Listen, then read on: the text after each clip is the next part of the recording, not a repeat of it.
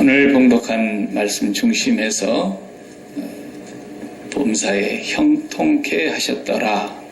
오늘 본문 말씀의 중심에서 말씀을 상고하겠습니다. 이삭과 야곱은 다음번 돌아올 때 다루도록 하겠습니다. 오늘은 아브라함을 우리가 보았고, 그 다음에 아브라함의 손자 야곱의 아들 11번째 아들이죠. 요셉의 이야기를 통해서 범사에 형통케 하셨다라고 기록되어 있는 오늘 본문 말씀을 중심해서 형통, 듣기만 해도 좋은 단어 아닙니까? 이제 말씀 끝나면 다음 찬송이 384장인데 무슨 일을 만나든지 만사 형통하리라. 무슨 일을 만나든지 만사 형통하리라. 그런 찬양이 있어요. 그죠? 만사가 형통하다는 것은 모든 일이 다 형통하다는 얘기죠. 그렇죠? 범사가 형통하였더라. 오늘 본문에 그렇게 했는데, 범사가 형통하였다라는 말도 요셉이 손으로 하는 모든 일을 두고 하는 얘기예요. 요셉이 굉장히 성실했던 것 같아요. 그 단어가 손이라고, 요셉의 손이라는 단어에서 나온 거 보면은 하나님께서 요셉을 통해서 당신의 뜻을 이루시기 위해서 요셉에게 복을 주시는데, 요셉이 매우 성실했던 사람이었다는 걸 느낄 수가 있어요. 왜냐하면 오늘 본문에 보면은 3번 똑같은 표현이 나와요. 3번, 2절, 3절, 23절. 23절 우리가 안 봤지만은 23절에도 결론 마지막 절이지만은 한번 볼까요? 39장 마지막 절 다 같이, 간수장은 요셉의 무엇이든지 살펴보지 아니하였으니 이는 여호와께서 요셉과 함께 하심이라. 여호와께서 그를 범사에 형통하게 하셨더라. 이게 결론이에요. 요셉의 삶을 3번 똑같이 표현해서 2절에도 방금 우리가 읽었잖아요. 여호와께서 요셉과 함께 하심으로 그가 형통한 자가 되어. 그 다음에 또 3절에도 주인이 가만히 보니까 여호와께서 그와 함께 하심을 보며 그랬어요. 그 주인은 하나님 안 믿는 사람 아닙니까? 그런데 요셉이 온 지가 꽤 됐는 것 같아요.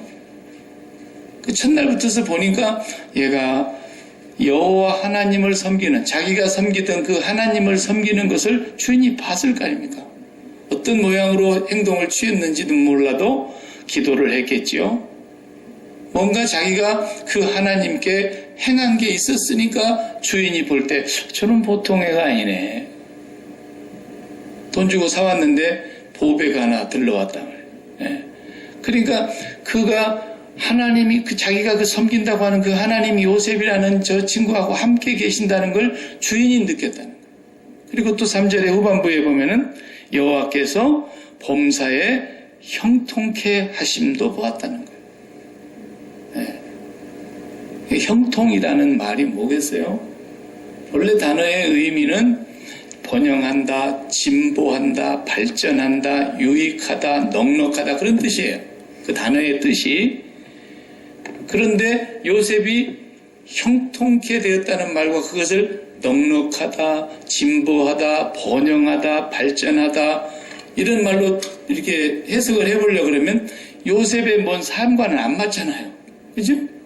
요셉이 불행한 처지에 지금 놓여 있잖아요. 형님들이 시기해가지고 팔려왔다 이거예요. 최초로 이슬람 사람들의 그 장사꾼들에게 팔렸어요. 은 20냥에 팔렸어요. 그리고 또 장사꾼들은 노예시장에 갔다가 이익금을 받아서 또 팔았겠죠? 그래서 보디발이라는 사람이 바로 왕의 상당히 친위대장인데 그 사람의 집에서 요셉을 사가게 됩니다. 노예시장에서 골라가지고 얼굴도 좀 준수하게 빼어나게 예뻤다 그러죠? 그 얘를 사가지고 갔어요. 지금까지 그 삶이 하나도 번영하고 진보하고 발전하고 넉넉하고 유익하지 않아요. 그런데 범사에 형통하게 하셨다는 것을 하나님께서 3번을 기록하고 있는 거예요. 또 그 다음에 그러면 조금 지나서 뭐 형통했나 보니까 형통한 게 그 다음에 요셉이 억울하게 누명을 쓰고 감옥을 가잖아요. 그러면 번영했다는 말과 진보했다는 말과 유익하게 됐다는 말과 넉넉하다는 말과 안 맞잖아요. 형통이라는 단어가. 그러니까 무슨 일을 만나든지 만사가 형통한다는 말이 굉장히 듣기 좋은 말인데 그 말을 우리가 오해하고 해석하고 그러면 안 된다는 거예요. 형통하게 되는 게 뭐냐. 결론적으로 먼저 말씀을 드린다면 형통하게 된다는 것은 하나님께서 그를 형통하게 하셨다 그랬잖아요. 그러니까 하나님께서 뭔가 당신의 생각이 있으셔요. 하나님이 계획이 있으세요. 그것은 완전하신 거예요. 하나님이 1차로 시도했다가 안 되니까 그러면 2차로. 하나님은 2차가 없어요. 하나님은 언제나 완벽한 하나님이시고 완전하신 하나님의 계획과 생각이 있으신데 그 생각대로 되도록 하나님께서 이끌어 가시는 것을 형통하게 되더라는 말로 우리가 받아야 된단 말이에요. 그러니까 문맥의 흐름을 보면 다른 사람도 다 똑같죠. 뭐. 그러면 다니엘은 형통했습니까? 다니엘의 친구들이 형통했습니까? 그렇지는 않았어요. 우리가 제일 가깝게 신약에서 많이 접하는 사도 바울이 그러면 형통했다는 말하고 그분의 인생을 한번 비교를 해보면 사도 바울은 범사에 형통하게 하셨더라. 근데 뭐가 형통했단 말이에요? 건강하기를 했어요. 편안한 집에서 잘 먹고 잘 살면서 여생을 복되게 누려보기를 했어요. 그 정도 충성하고 열심히 있는 사도였으면은 이제는 너희가 정말 잘하고 충성되게 일했으니까 한 몇 년 쉬었다 오너라 뭐 이래야 되는 거 아니에요? 근데 쉴 사이도 없이 목이 댕강 잘려가지고 죽었다는데 와 형통했다는 우리의 의미가 안 맞잖아요. 그러니까 우리가 형통했다는 말을 잘못 사용하면 안 되겠어요. 그래서 저와 여러분이 형통케 되기를 바란다면은 방금 설명한 대로 내가 내 가정이, 내 사업이, 내 건강이, 내 자녀가, 내 인생의 앞날이 이렇게 계획하고 이렇게 추진해 나갈 때에 그것이 다 목적대로 목표대로 달성이 돼야 되겠다라는 생각은 싹 지워야 된다는 뜻이죠. 그러니까 사도 바울이 한 번도 그렇게 돼본 일이 없잖아요. 그러니까 오늘 이 범사에 형통케 하셨다라는 말씀을 여러분들이 조금 더 심도 있게 봐야 되는데 그보다도 더 중요한 게 하나가 있어요. 이 2절, 3절, 23절, 3절에서 보면은 똑같은 표현을 반복해서 3번을 똑같이 쓰고 있는데 앞에가 뭐라고 나오냐면 여호와께서 요셉과 함께 하심으로 이렇게 나와요. 이게 첫 번째 기록이에요. 여호와께서 모세와 함께 하셨다라는 것이 첫 번째고 두 번째가 뭐예요? 그의 범사를 형통케 하셨더라. 여호와께서 이 두 가지를 다 행하고 계시는 거예요. 우리는 형통에 관심이 많아요. 형통하게 해달라고 기도하죠. 우리 일에도 형통하게 해주십시오. 우리 자녀들의 앞날도 형통하게 해주십시오. 우리 비즈니스도 형통하게 해주시고 우리의 건강도 내 앞날도 하나님 형통하게 해주십시오. 이렇게 형통에 관심이 있는데 그 형통에 관심이 있는 것은 잘못된 신앙이라는 것을 우리가 알아야 됩니다.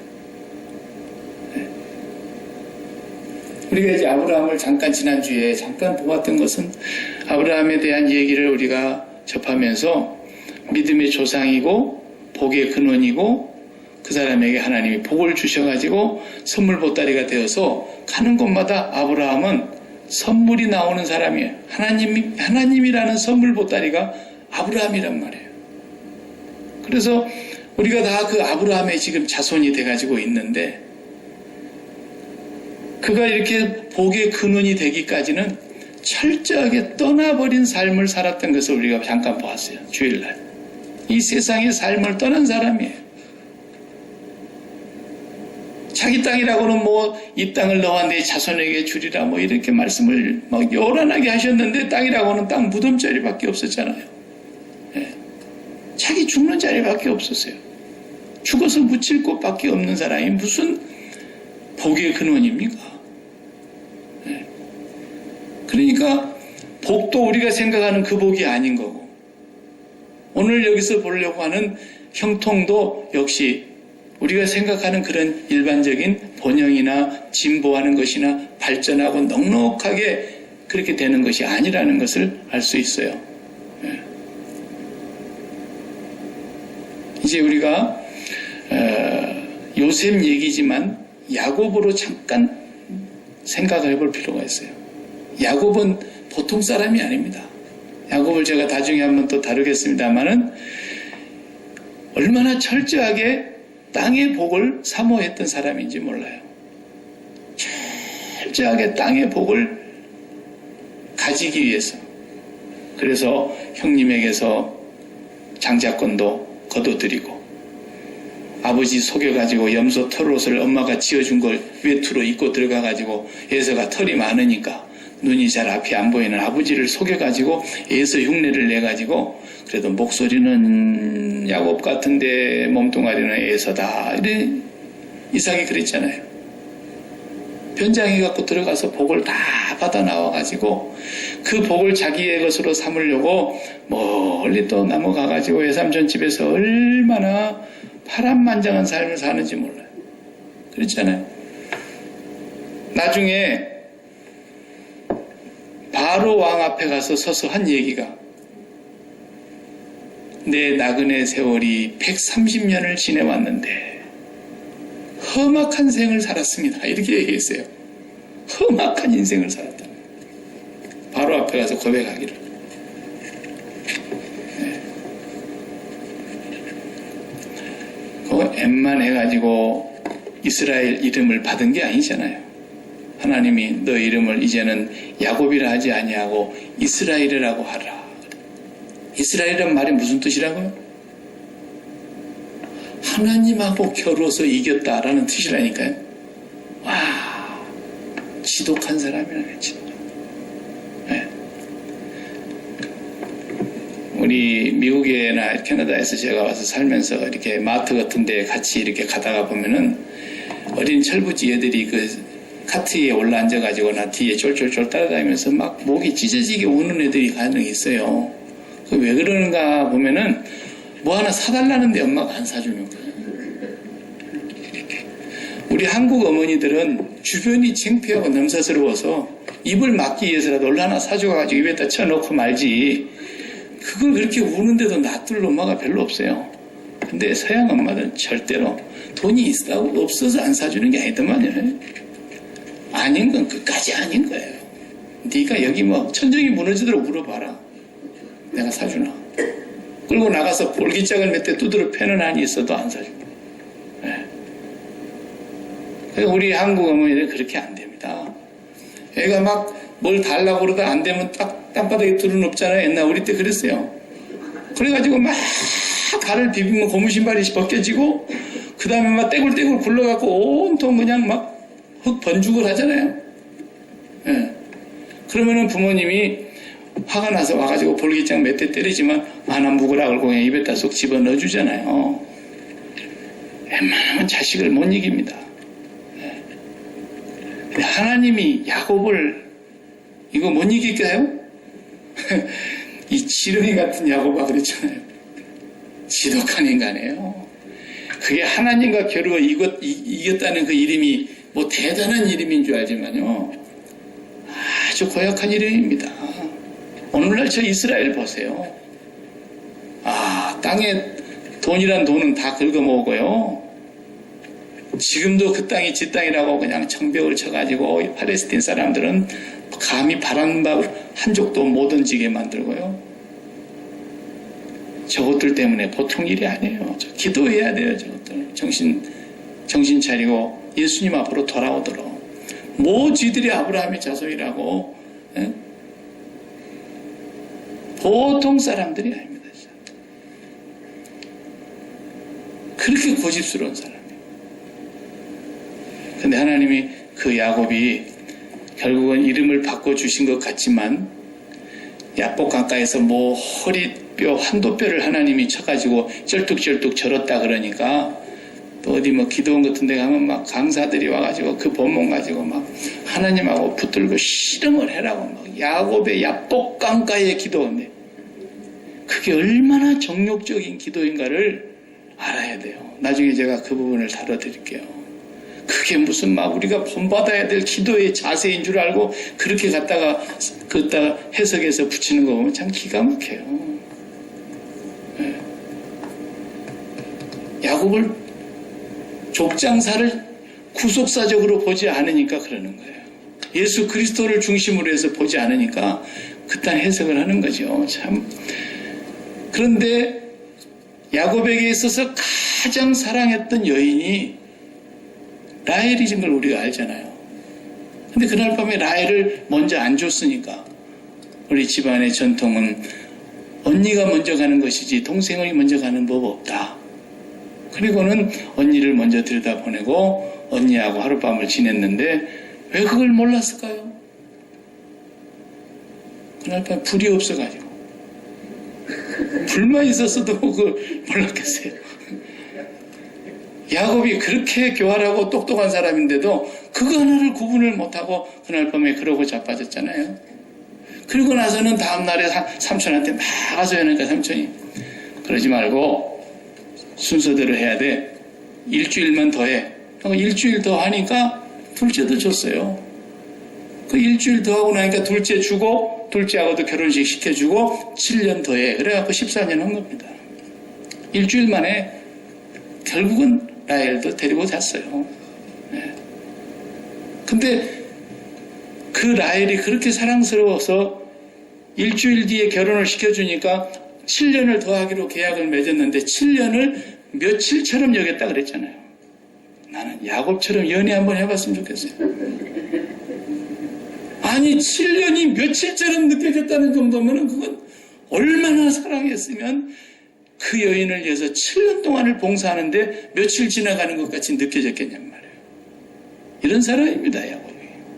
근데 그 여인이 애를 못 낳잖아요. 언니는 순풍순풍 낳고 언니가 또 나중에 출산이 끊어지니까 언니가 자기 몸종을 또 들여보내가지고 자식을 또 낳게 하고 막 속이 비치는 거예요. 그래 라헬이 자기가 못 나니까 자기 몸종을 들여보내가지고 또 자식을 둘 낳게 했죠. 그런데 마지막에 가서 하나님이 라헬에게서 두 아들을 주시잖아요. 그런데 두 아들 낳는데 그 큰아들이 요셉 아닙니까? 그러니 야곱이 가장 사랑하는 자기 아내의 맏아들인 요셉을 제일 예뻐했다는 거예요. 그리고 막둥이 이제 12번째 베냐민을 낳았는데 베냐민을 낳다가 아내가 죽어버리지 않습니까? 출산해놓고 죽었어요. 너무 난산이 돼가지고 이름을 베논이라 그래서 베논이. 그런데 슬픔이라는 거예요. 너무너무 슬프다라는 뜻으로 베논이라고 지어놓고 와이프가 죽는데 요셉이 베논이가 뭐야? 베냐민. 그래가지고 이름을 바꿨어요. 네. 오른손의 아들 이렇게 딱 바꿔버렸어요. 야곱이 보통 사람이 아닙니다, 여러분. 그래가지고 그렇게 사랑했던 요셉을 하나님이 어떻게 하는가 보세요. 비록 형제들이 시기하고 미워해가지고 그렇게 팔려가게 만들게 돼버렸고 그래가지고 아버지를 감쪽같이 속이면서 아버지는 요셉을 만나는 직전까지 요셉이 살아있어가지고 아버지 모시고 오세요 하고 형제들이 수레를 가지고 왔을 때 그 직전까지도 요셉은 야곱의 마음속에서 얘는 13년 전에 죽은 애다 이렇게 알고 있었던 거예요. 17살에 헤어졌으니까. 그리고 30살에 총리가 됐으니까. 13년 동안에 야곱의 마음속에 요셉이 살아있다는 것은 꿈에도 생각 안 하고 늘 요셉만 생각하면 가슴앓이를 했단 말이에요. 그런데 하나님께서 왜 그렇게 하시냐는 거예요. 나중에 요셉이 고백하잖아요. 하나님은 당신들은 나를 팔았으나 하나님은 악을 선으로 바꾸사. 하나님이 그 형제들의 악한 행동을 하나님의 형통케 하시는 선한 역사로 바꾸시기 위해서 그대로 허락하고 계시는 거예요. 하나님의 역사 속에서. 마치 예수님이 가룟 유다가 자신을 팔 것을 처음부터 아셨으면서도 12 제자 안에 집어넣어놓고 그가 가룟 유다가 예수님을 파는 것을 허락하시는 거예요. 그런 것처럼 요셉이 그런 고백을 나중에 합니다. 그러니까 야곱에게 있어서는 뭐냐? 야곱에게 있어서 아직도 그가 떠나지 못한 삶, 가장 떠나지 못했다고 하는 것은 요셉이죠. 요셉에 대해서 떠나지 못했던 그 삶을 하나님께서 떼버리잖아요. 하나님이 떼놔버리는 거예요. 그리고 완전히 죽은 줄 알고 있어요. 아, 요셉은 지금 애굽에 어디 가서 어딘가는 살아있을 거야. 이런 생각은 꿈에도 안 했다니까요. 옛날에 그 채색옷에 염소 피를 묻혀갖고 왔을 때 내 아들이 죽었구나. 그러면서 슬피 울면서 나도 우리 아들 따라가야지. 나도 우리 아들 따라가야지 하면서 통곡하고 울었어요. 그리고는 세월이 지나면서 이제 조금씩 그 슬픔이 무뎌진 것뿐이지 살아있을 거라는 생각 안 했다. 그만큼 하나님께서는 야곱에게서 요셉을 죽은 자로 만들어버리는 거예요. 죽은 자로. 우리가 살아있으면서 자식에 대해서 그렇게 살 수 있다면 너무너무 행복할 거예요. 근데 뭐 자식에 대해서 그렇게 죽을 수 있나요? 자식이 조금만 무슨 일이 생기면 그냥 잠이 안 오는데. 예. 그러니까 하나님은 아예 야곱이 요셉 죽어버린 뒤에 잠 잘 잤어요. 오히려 죽어버렸다고 믿었기 때문에. 그렇게 철저하게 죽어버릴 수 있어야 된다는 거예요. 하나님이 그렇게 하지 않으셨으면 하나님의 뜻이 그르쳐지죠. 위대한 아버지 야곱. 그래가지고 전단을 만들어갖고 요즘 같으면 사람을 이렇게 그려가지고 잃어버린 아이를 찾습니다. 월마트 같은 데 가면 막 화장실 문 앞에도 잔뜩 붙여놓고 그랬잖아요. 네. 요셉이 어디인가 살아있을 거라는 한 가지 망상이라도 떠올라서 아니 살았을 거야. 그러면서 세겜 지역을 돌아다니면서 옛날 그 형제들이 양치했던 곳을 돌아가면서 동네 사람들, 길 가는 사람들 다 물어보면서 혹시 이렇게 생긴 아들 못 봤냐고, 이렇게 생긴 자식 못 봤냐고. 그러다가 어느 장사꾼들한테 소식을 듣고서는 기가 막힌 소식을 그날 듣고서 요셉이 팔려갔구나. 이놈들이 나를 속이고 팔렸구나. 그래서 이제 다시 또 애굽으로 내려가가지고 남은 세월을 그냥 요셉 하나를 찾기 위해서 갖은 고생과 수고를 다 하다가 물어 갔더니 어디 가냐? 보디발 집에 있다더라. 그 얘기를 듣고서는 돈을 마련해가지고 그때 20냥에 사왔는데 뭐 100냥을 줄 것이라도 해가지고 자식을 찾아왔다더라. 위대한 아버지의 사랑 끝. 그러고 그게 뭐예요? 하나님은 아예 야곱의 머릿속에 마음속에 요셉이라는 존재 자체를 지워버리게 만드셨던 거예요. 그것이 하나님께서 형통케 하시고자 했던 섭리였던 겁니다. 그러니까 우리가 자식을 잘 키워가지고 하나님께 영광 돌린다 그런 생각하지 말라니까요. 절대로 그런 생각하지 마요.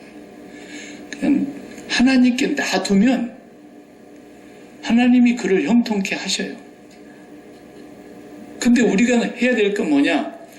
걔가 형통케 되는 것에 관심을 가져서는 안 되고 하나님이 요셉과 함께 계시니 이쪽에 신경을 써야 되는 거예요. 이쪽에. 요셉은 하나님을 까마득히 잊고 있는데 하나님이 요셉과 함께 하셨겠어요? 그 말이 아니잖아요.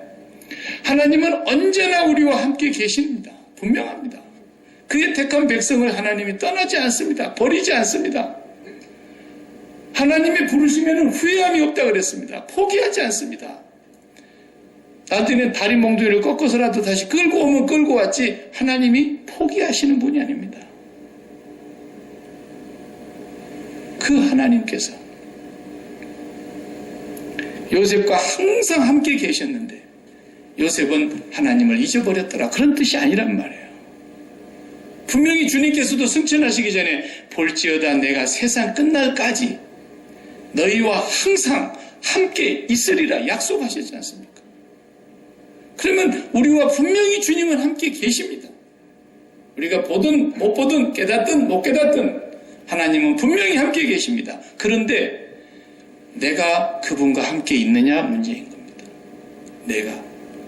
내가 그분하고 소통하고 있느냐, 내가 그분을 바라보고 있느냐라는 겁니다. 근데 요셉은 하나님이 요셉과 함께 하시니라는 말씀 속에서 그 이면에 뭘 볼 수 있느냐면 요셉도 하나님과 항상 함께 있었다는 걸 알 수가 있습니다. 한번 우리가 그 근거로 한번 보십시다. 우리가 다 6절까지밖에 안 읽었으니까 7절 다 같이 보세요. 그 후에 그의 주인의 아내가 요셉에게 눈짓하다가 동침하기를 청하니 그랬어요. 보디발의 와이프께서 요셉에게 계속 눈짓을 보냈다는 거야. 눈짓을. 어떻게 보냈는지 난 모르겠어요. 계속 눈짓을.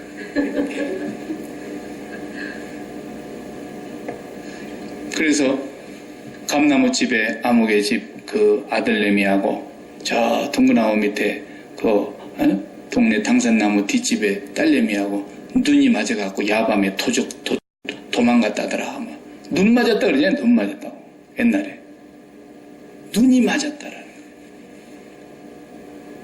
한쪽만 죽으라고 뚫어지게 쳐다본다고 눈이 맞나요? 눈이 양쪽 다 불빛이 반짝하고 부딪혀야지 눈이 맞았다 그러는 것이지. 한쪽이 아무리 쳐다봐도 눈 안 맞습니다. 요셉에 같이 있는데 보디발의 아내가 계속 눈빛으로 주파수를 보내는 거예요. 그런데 요셉은 안 쳐다봤어요. 눈이 안 맞는 거야. 그리고는 그날은 가급적이면 같이 있지 않으려고 그러는데 어쩔 수 없이 같이 있게 되는 날 집에 사람이 아무도 없었어요. 종놈들 다 밭에 일하러 갔나 보죠. 그런데 딱 둘이 있었어요. 그러니까 그날 아주 D-Day를 잡아가지고 이 여자가 그냥 요동을 치는 거예요. 요동을. 그게 나중에 뭐라 그래요? 한번 8절부터 읽어봐요. 요셉이 거절하며 자기 주인의 아내에게 이르되 내 주인이 집안의 모든 소유를 간섭하지 아니하고 다 내 손에 위탁하였으니 이 집에는 나보다 큰 이가 없으며 주인이 아무것도 내게 금하지 아니하였어도 금한 것은 당신뿐이니 당신은 그 주인의 아내 아닙니까? 그랬어요. 그런즉 그 다음 읽어보세요. 얼마나 멋진 말이죠. 그런즉 내가 어찌하여 큰 악을 행하여 당신의 남편에게 죄를 지으리까? 그랬잖아요. 그랬어요? 제 성경이 잘못됐나 보네. 네. 이 큰 악을 행하여 당신의 남편에게 내가 죄를 짓는 겁니다. 이렇게 말을 해야 말이 맞는데 그렇지 않잖아요. 어떻게 내가 이 큰 악을 행하여 하나님께 죄를 지을 수 있겠습니까? 그랬어요. 그 요셉은 누구하고 눈이 맞았다는 말이에요. 계속 하나님을 바라다보고 있었다는 뜻이에요, 이게. 그러니까 하나님이 요셉과 함께 하시니라는 말이 나오는 거예요. 눈이 맞았다라는 거예요, 하나님은. 요셉의 보디발의 아내는 계속 요셉에게 눈으로, 사랑은 눈으로 말해요. 그러는 얘기도 있잖아요. 계속 눈짓을 보내는데 이 눈하고 스파크가 안 일어나. 안 쳐다봐. 요셉은 내가 어떻게 이런 일을 행해서 하나님께 죄를 지을 수 있겠습니까? 하나님을 늘 쳐다보고 살았다는 게 마음이. 하나님을 쳐다보고. 여기서 차이가 나는 거예요. 우리가 예수를 믿으면서 많은 일도 하게 되고 많은 사람을 만나게 되고 많은 사건을 만나게 되고 많은 일들이 있잖아요. 그걸 다 잘해야 되는 것이 아니고 잘 될 수도 없어요. 우리에게 제일 중요한 건 한 가지만 잘하는 거예요. 한 가지만 잘하면 되는 거예요. 하나님하고 눈이 맞는 거예요. 한 가지만 잘하면 그 나머지 뒷일은 그가 다 돌보시고 당신이 이루시고자 하시는 당신의 뜻대로 범사를 형통케 인도해 가시더라는 거예요. 우리는 형통에 관심이 있다니까. 형통에 관심이 있고 형통을 바라보는 것은 하나님과 함께하는 게 아니에요. 형통을 함께하려고 그러는 것이지. 하나님과 함께하는 거.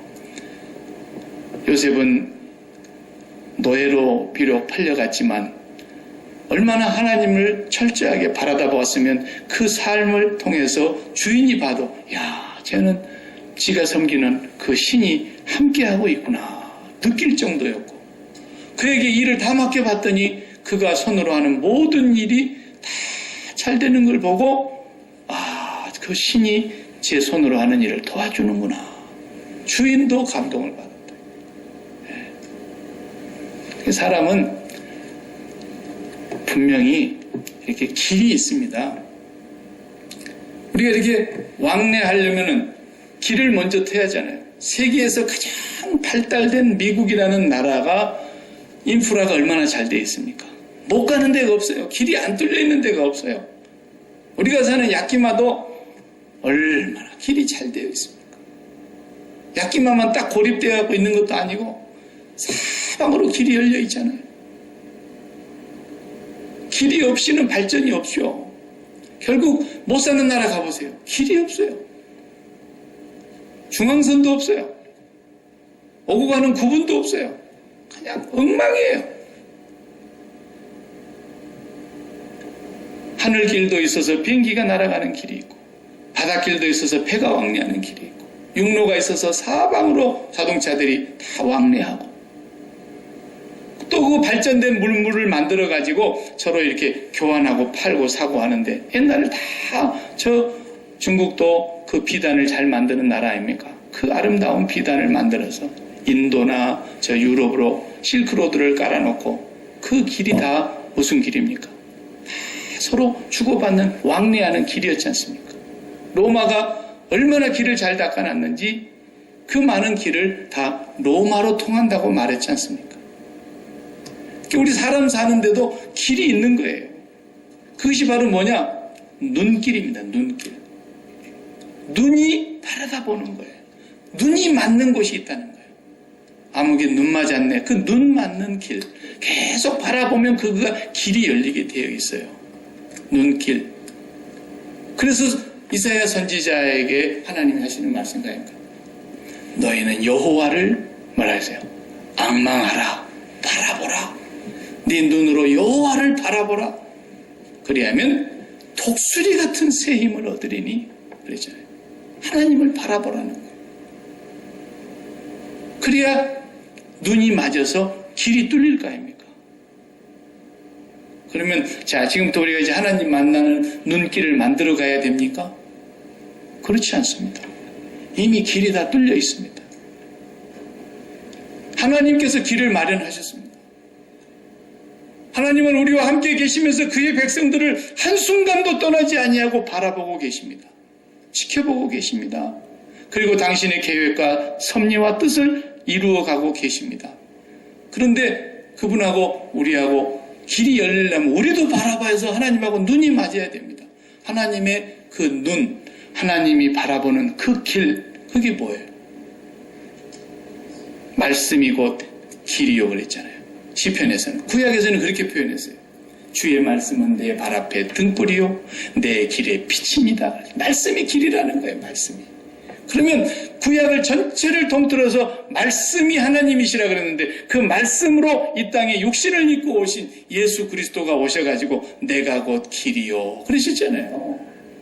그러니까 하늘과 땅을 잇는 길은 예수 그리스도, 그분이 우리의 길이에요. 그래서 하늘과 땅을 잇는 그 문이 십자가라는 거예요.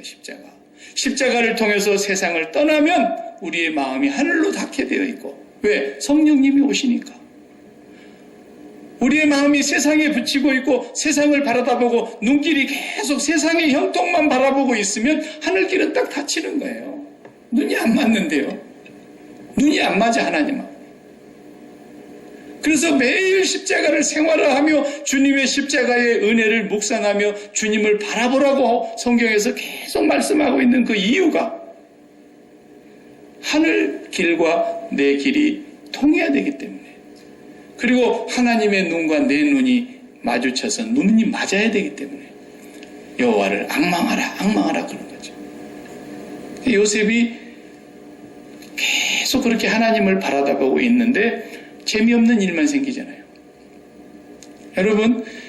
여러분이 예수를 잘 믿어보려고 모처럼 올해같이 이렇게 이제 또 한 가지 목표를 세워놓고 성경을 2번을 통독을 하면서 정말 더 내가 하나님의 말씀 앞에서 바르게 믿음 생활을 해야 되겠다 마음을 먹고 나면요, 올해 하는 일들이 막 다 말 그대로 만사형통하게 돼야 되는 거예요. 우리 생각대로. 더 꼬일 수 있어요. 내가 바라는 세상의 형통과는 너무 거리가 먼 일들이 퉁퉁하고 터질 수 있어요. 그러니까 각오를 하고 살으셔야 돼요. 전에도 한번 제가 얘기했지만 요 며칠 전에 제가 이제 이렇게 보다가 WTC World Trade Center, 옛날 우리 911이라 해서 9월 11일 날 그 무너진 건물 말입니다. 지금 새로 지었잖아요. 거기에 국제무역기구의 부총재가 이희돈 장로님이셨어요. 가장 최연소의 나이에 세계 국제무역기구의 부총재가 되신 분입니다. 이분은 아주 젊은 나이에 30대 초반에 세계 무역기구의 부총재가 됐어요. 되려고 된 게 아니에요, 이 양반은. 이 양반은 본래 스페인에서 마드리드에 있는 대학을 나와가지고, 국가대학을 나와가지고, 거기서 박사학위를 받아서, 이제, 비즈니스 쪽에 관심이 있었던 분이세요. 그리고, 영국 옥스퍼드에서도 공부를 더 해가지고, 그 다음에 이제 미국으로 왔는데, 미국에서 그 실력을 인정해가지고, 캘리포니아 주립대학에서 정식 교수로 초청을 받아가지고, 교수를 하다가, 캘리포니아 주립대학이 굉장하지 않습니까? 그런데 거기에서 하다가 이분이 하나님의 특별한 소명을 받았는데 그것을 자기가 거스리고 있는 것 같아서 견딜 수가 없어서 교수직을 그만두고 멕시코의 그 오지에 선교사로 가지 않습니까? 자기 와이프하고 같이. 대학교 다닐 때에 그 선교단체에서 활동을 하다가 와이프를 만나가지고 하나님 앞에 서원 아닌 서원을 했는데 그것이 마음에 계속 거리낌이 생겨가지고 어떻게 할 수가 없어서 그냥 교수직 그만두고 두 분이 선교사로 갔단 말이에요. 그래서 뭐 죽을 고비를 많이 넘기는 그런 얘기 뭐 다 할 것 없고 그런 가운데서 하나님의 특별한 사랑을 그가 거기서 경험하게 되잖아요. 그러던 중에 이 사람을 국제무역기구의 부총재 자리로 그냥 추천이 들어온 거예요. 빗발치게 추천이 들어와서 하나님의 어떤 뜻이 있나 보다. 그리고 거기 와 부총재 한 것입니다. 지금은 총재입니다. 지금은 대한민국의 이희돈 장로님이 세계무역기구의 총재라니까요. 놀라지도 않아. 그 자리가 대통령보다도 큰 자리예요. 그 자리는. 전 세계의 무역을 총괄하는 국제무역기구의 대통령이란 말이에요. 이분이. 근데 옥스퍼드에서 또 오라 그래가지고 자기가 거기서 공부했다라. 거기는 옥스퍼드에서 이분을 평생 종신교수로 임명을 해줬어요. 그리고 옥스퍼드 대학의 이사로 뽑아줬어요. 그래서 그 불려가가지고 자기가 교수 된 날 불려가서 취임 연설을 했는데 뭐라고 했는지 아세요? 요즘 옥스퍼드에서도 이 신앙에 대한 얘기를 하지 못하게 하고 특별히 예수님에 대한 얘기를 금기사항으로 여기고 있는데 나는 신앙을 가지라고 강요하지는 않지만 만약에 내가 예수 그리스도 내가 믿는 하나님 그분을 말하지 못하게 한다면 나는 여기서 오늘 교수직을 수락할 수도 없고 내 이 학교의 이사도 하고 싶지 않습니다. 그 많은 학생들과 교수들 앞에서 수락 연설을 그렇게 한 사람이에요. 예. 그 이분을 하나님께서 막 고속 승진을 시켜가지고 총재의 자리까지 딱 앉혀놨는데 그 양반이 부총재 때 있었던 일이 그 나이 노는 일 아닙니까? 그러니까 그분이 정말 하루도 새벽 예배를 빠진 적이 없이 아무리 바빠도 새벽 예배, 예? 워싱턴 DC 쪽에 있는 그 성광교회, 성광침례교회 거기를 다니는 분인데 제가 그분을 밴쿠버로 모셔가지고 집회를 했거든요. 그분이 와서 그 얘기를 직접 하시는 거예요. 비행기를 타고 이제 뉴욕 공항에 내렸는데 그 공항에서 자기가 그 트레이드 센터까지 가는 그날이 국제무역기구 전체 이사회를 모이는 날인데 가장 중요한 날이래요. 그것을 위해서 엄청난 준비를 해가지고 오늘 아침에 이제 그것을 막 모이는 거예요. 87층인가 자기 그 사무실 그쪽에서. 그래서 공항에서 내려가지고 이제 기사가 자기를 태워가지고 사무실로 가게 됐는데 공항에 내리자마자 배탈이 난 거예요. 왜냐하면 저쪽에서 비행기 타기 전에 아침에 커피를 못 마시고 가지고 커피 한 잔을 마시려고 커피집에 줄을 섰다가 보니까 너무 줄을 많이 서가지고 다 기다리다가는 오늘 비행기도 다 놓치겠다 싶어서 다른 옆에 집으로 가가지고 이렇게 커피를 한 잔 마시려고 커피 좀 주세요. 그러니까 멕시칸 아이가 내가 이제 고용이 돼가지고 커피는 나보고 주인이 끓이지 말라 그랬다. 난 커피는 못 끓이는데 내가 주스는 줄 수 있다. 그러니까 그런 주스, 스트로베리 주스 하나를 받아서 먹고 나왔는데 그만 그게 배탈이 난 거예요. 그래가지고 공항에서 내려가지고 화장실에 앉아있으니까 화장실에서 난리가 난 거 아닙니까? 그러니까 이제 그 회의 시간은 다가오고 그러니까 비서에게 전화를 한 거예요. 내가 오늘 배탈 나서 정시에 회의를 할 수가 없다. 내가 회의를 다 인도해야 되는데 오늘 회의를 못 하겠으니까 전부 다 해산하라 그래라. 그래갖고 그 이사들이 다 회의장에 모였다가 다 헤어진 거예요. 한 명도 안 죽은 거예요. 그래가지고 그 이사들이, 그 전체 이사들이 그날 이이돈 장로님 배탈 난 것 때문에 다 산 겁니다. 자기도 죽었겠죠, 물론. 예. 얼마나 유명한 사건인지 몰라요, 그 사건이. 자기는 그래도 늦게나마 이제 회의는 취소됐지만 늦게나마 차를 타고 계속 그 월드 트레이드 센터 건물로 향해서 운전기사가 차를 몰고 가는데 갑자기 비행기 한 대가 꽝 부딪힌 것이 눈에 보이더래요.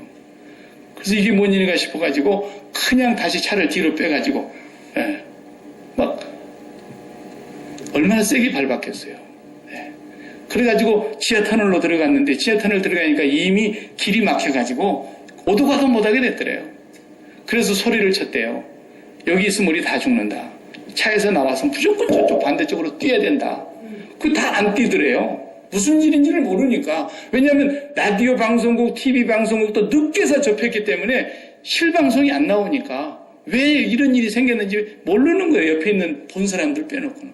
그러니까 택시들이 가만히 멈춰있더라고요.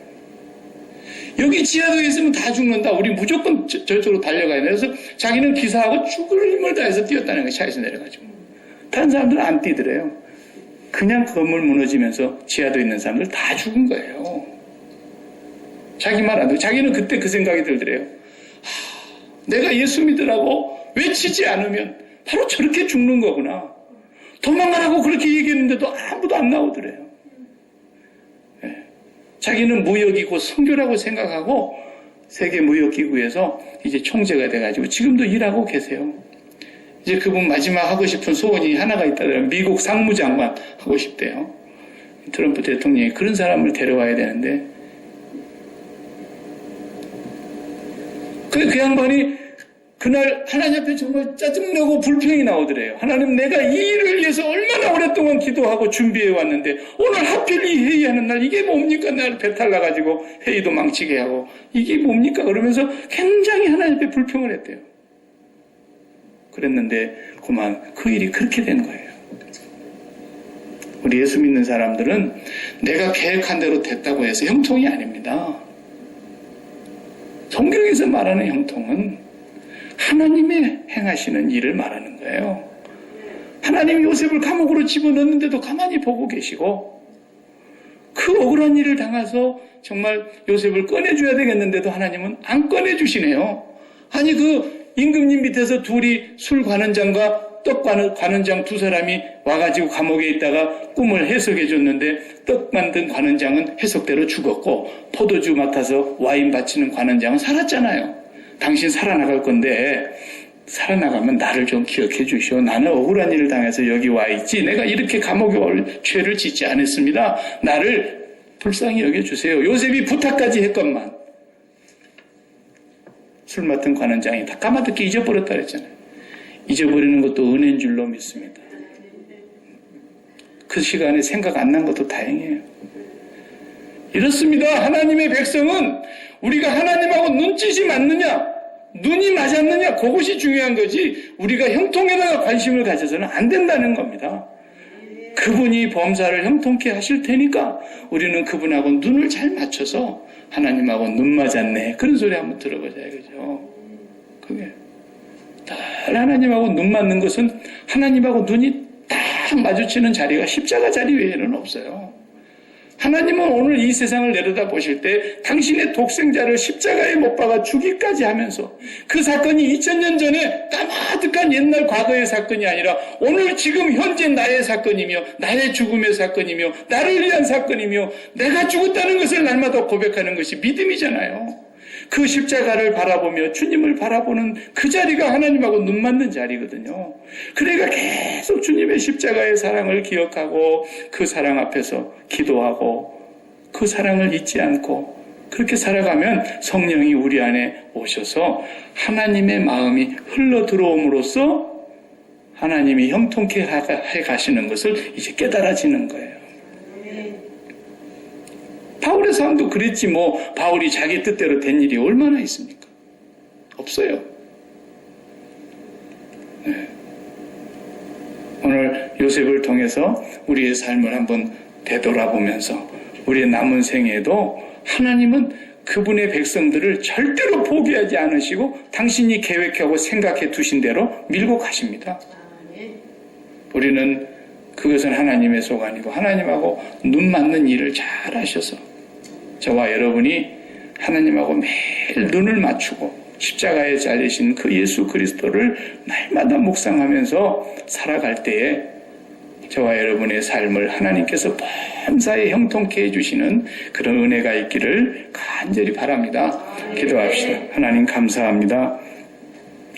요셉의 삶을 통해서 요셉이 여호와께서 그와 함께 하시니 그가 범사에 형통케 되었다고 하시는 이 말씀, 오늘도 마음에 저희들 다시 한번 되새기면서 정말 우리들의 삶이 늘 하나님을 바라다보는 눈이 맞는 삶이 되게 하여 주옵소서. 한순간도 하나님 우리를 잊지 않으시고 우리가 잊어버렸을지라도 하나님 우리를 기억하시며 우리가 무의식 중에 살지라도 하나님 우리를 바라보시며 우리를 향한 계획과 우리에게 한 생각을 놓지 아니하시고 셀 수도 없이 모리알보다도 더 많은 생각으로 우리를 이끌어가고 계시는 그 아버지를 저희들도 늘 바라다 볼 수 있도록 은총을 베풀어 주옵소서. 예수님 이름으로 기도합니다. 아멘. 아멘.